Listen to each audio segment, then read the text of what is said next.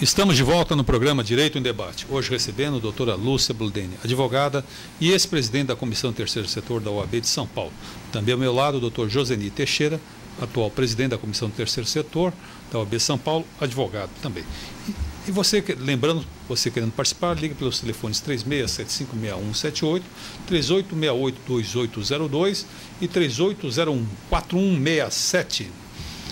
Doutor, um dos capítulos aqui da cartilha da sua comissão fala sobre títulos, certificados e qualificações. Isso. O que vem a ser exatamente isso?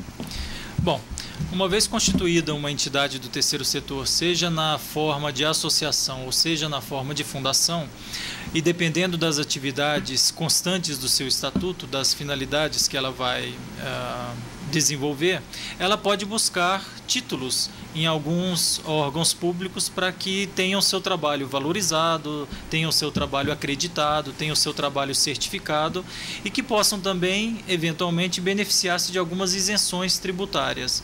Não falamos de imunidade tributária, porque isso está em nível da Constituição Federal, mas sim em isenções. E o poder público tem um certo desejo, uma certa intenção de, às vezes, misturar requisitos de imunidade com requisitos de isenção. Até para não conceder, suponho. Até para não conceder. E isso gera uma discussão jurídica enorme que se arrasta por anos nos tribunais, mas que talvez tivéssemos que fazer um programa especialmente para discutir sobre imunidade e isenção. Mas dentre os títulos principais que a gente aborda na cartilha, a gente cita um dos mais famosos, digamos assim, que é o certificado de filantropia, que atualmente tem o nome de certificado de entidade beneficente de assistência social, que é um título concedido pelo Conselho Nacional de Assistência Social, que tem sua sede em Brasília, e que serve para várias coisas, dentre elas, basicamente, não pagar a cota patronal. E aí a gente vamos entender, então, tem duas perguntas que eu gostaria de fazer para não avançar muito nisso. Primeiro, como eu faço, eu sou uma entidade, uma ONG, como eu faço para obter isso? Bom, existe uma certa burocracia, obviamente, não poderia deixar de ser. Você deve juntar alguns documentos básicos que estão relacionados na própria legislação, que é possível até ter acesso ao site do CNAS. Junta-se toda essa documentação, cumpre-se os requisitos, manda para Brasília. O CNAS, ao analisar se os requisitos foram cumpridos, aí sim ele emite um certificado que se chama CEAS. E aí eu obtenho o quê? Eu obtendo esse certificado de entidade beneficente, qual é o benefício que a ONG eventualmente possa usufruir? Basicamente, o mais famoso, se bem que aí a gente entra nessa questão de o que é imunidade e o que é isenção, mas tratando do título especificamente, vamos passar ao largo disso. Seria a isenção da cota patronal do INSS. Ou seja, a entidade não pagaria, ela deixaria de pagar a sua parte patronal pro INSS. E qualquer entidade pode obter isso ou não? Desde que cumpra os requisitos legais, sim. Que não são fáceis de cumprir, são extremamente burocráticos, é uma lista muito grande, mas sim, qualquer uma apta a desenvolver esse trabalho pode sim buscar esse título. Bom, nós temos agora outro título, qual seria? Utilidade Pública Federal, esse? Exatamente. A utilidade pública ela pode ser federal, estadual, municipal ou até do Distrito Federal, se for o caso. É um título concedido pelo Poder Executivo, mediante o cumprimento de determinados requisitos também, e, uma vez cumpridos os requisitos, o Poder Executivo outorga esse título à entidade. E ela pode usufruir dos benefícios que são dados para que possua esse título. Tem uma organização social também? A organização social está até mais na moda em razão da legislação do município de São Paulo, do final do ano passado, editada agora no início de janeiro, que foi a possibilidade de qualificação de algumas entidades com o título ou com a certificação de organização social, que nada mais é do que um título também. É necessário preencher determinados requisitos legais para se obter esse título, mas que, uma vez obtido o título também concedido pelo Poder Executivo, a entidade se torna apta a fazer um contrato de gestão com o poder público para que possa, a partir daí, auxiliar o poder público no desenvolvimento das suas atividades. E por último, nós temos utilidade federal, isso? A gente já falou sobre isso? Já falamos da utilidade federal. Tem desculpe, o certificado de entidade beneficente, nós falamos. Isso, a OS nós falamos, falta da OCIP. A OCIP, isso, faltou a OCIP, desculpe. A OCIP é um título que também pode ser outorgado em nível federal pelo Ministério da Justiça. A entidade tem que estar previamente constituída, o seu estatuto tem que estar redigido de acordo com a lei da OCIP, que é a Lei 9.790, de 99, e, uma vez reunidos os documentos requisitados por esta legislação, você encaminha isso para Brasília, para o Ministério da Justiça, e, analisados os requisitos e constatados que foram cumpridos, aí sim o Ministério outorga esse título para aquela entidade. Ok, nós temos perguntas aqui, telespectador, tem uma aqui que veio direto, ó, uma especialidade da doutora Lúcia, já conversamos inclusive sobre esse tema aqui, é do Jaime. E o Jaime pergunta para a doutora Lúcia, por que há ONGs, organizações não governamentais de porte internacional, agindo livremente na Amazônia? Bom, Jaime, agora eu vou te colocar uma posição minha, tá? A gente tem notícias de que essas ONGs de fronteira, na verdade, elas atuam, isso são notícias, né? Nós precisamos de comprovações.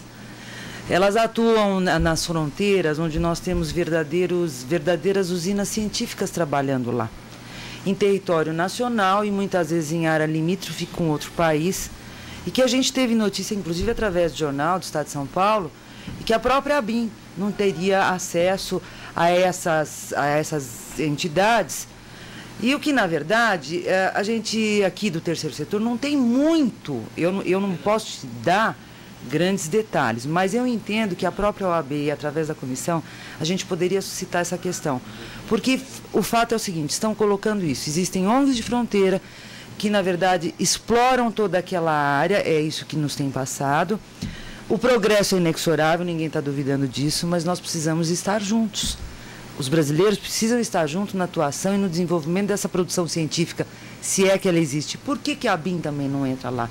Isso é real? Isso é verdadeiro? É uma área estratégica, né? É uma área estratégica. Recursos estratégicos. Recursos estratégicos. Agora, até onde vai a verdade disso? A gente não tem. Eu não tenho dados concretos para te dar.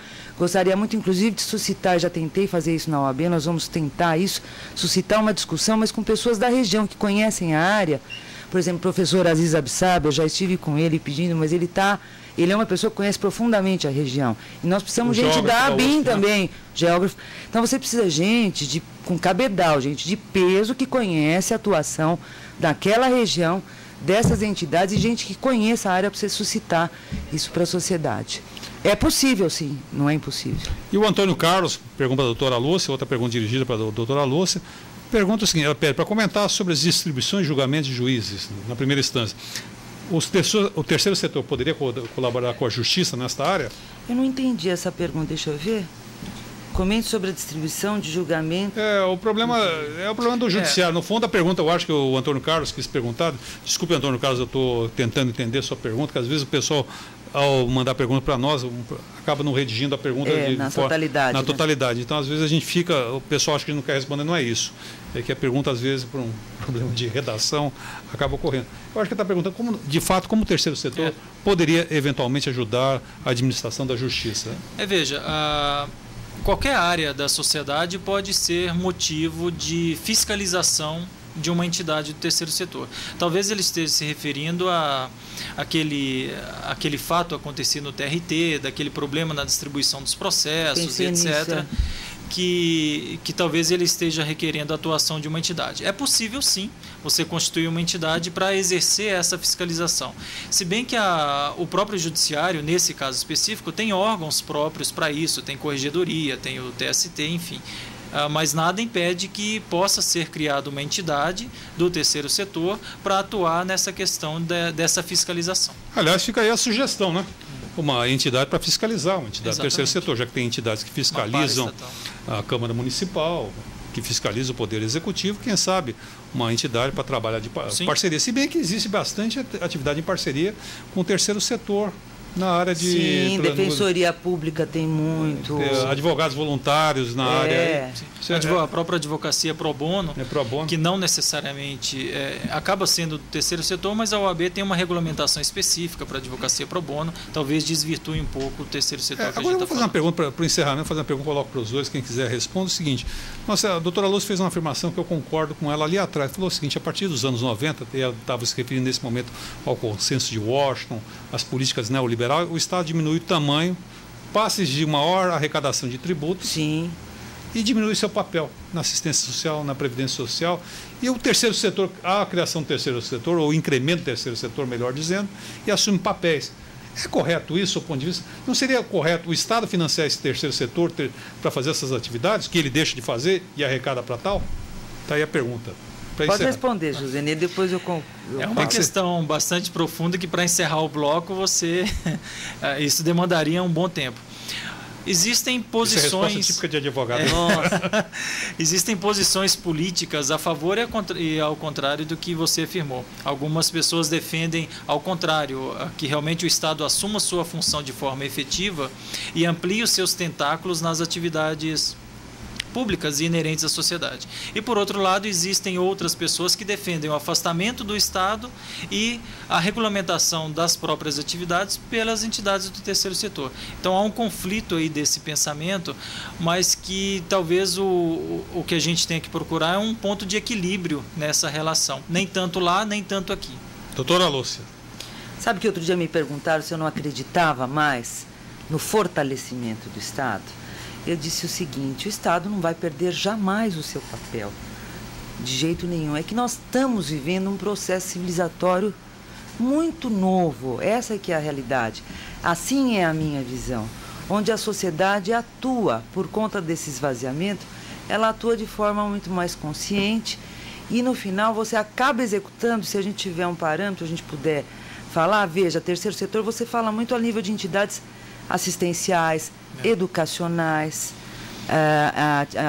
culturais, enfim, são atividades que o primeiro setor não dá conta de suprir na totalidade e que o terceiro setor vem vindo. Eu não acredito numa retomada, num fortalecimento do Estado a nível dele conseguir suprir as necessidades básicas, principalmente aquilo que está escrito na nossa Constituição. Uma sociedade livre, justa, solidária, onde todos têm oportunidade de trabalho, de estudo, de emprego, moradia, lazer, enfim. Só a sociedade se organizando mesmo.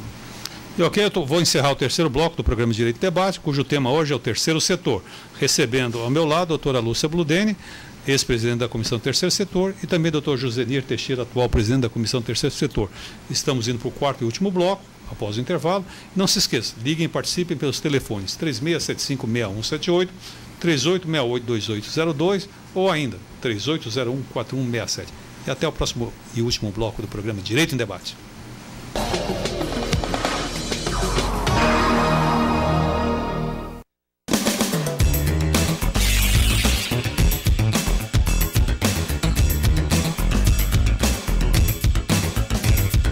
Não perca o programa Inovações Jurídicas da próxima semana. Quinta, às 18 horas, nós temos uma entrevista sobre direitos humanos e a mídia, com a presença da professora doutora Marisa Forghieri, psicóloga, e também do procurador da República, Sérgio Suyama. Até lá!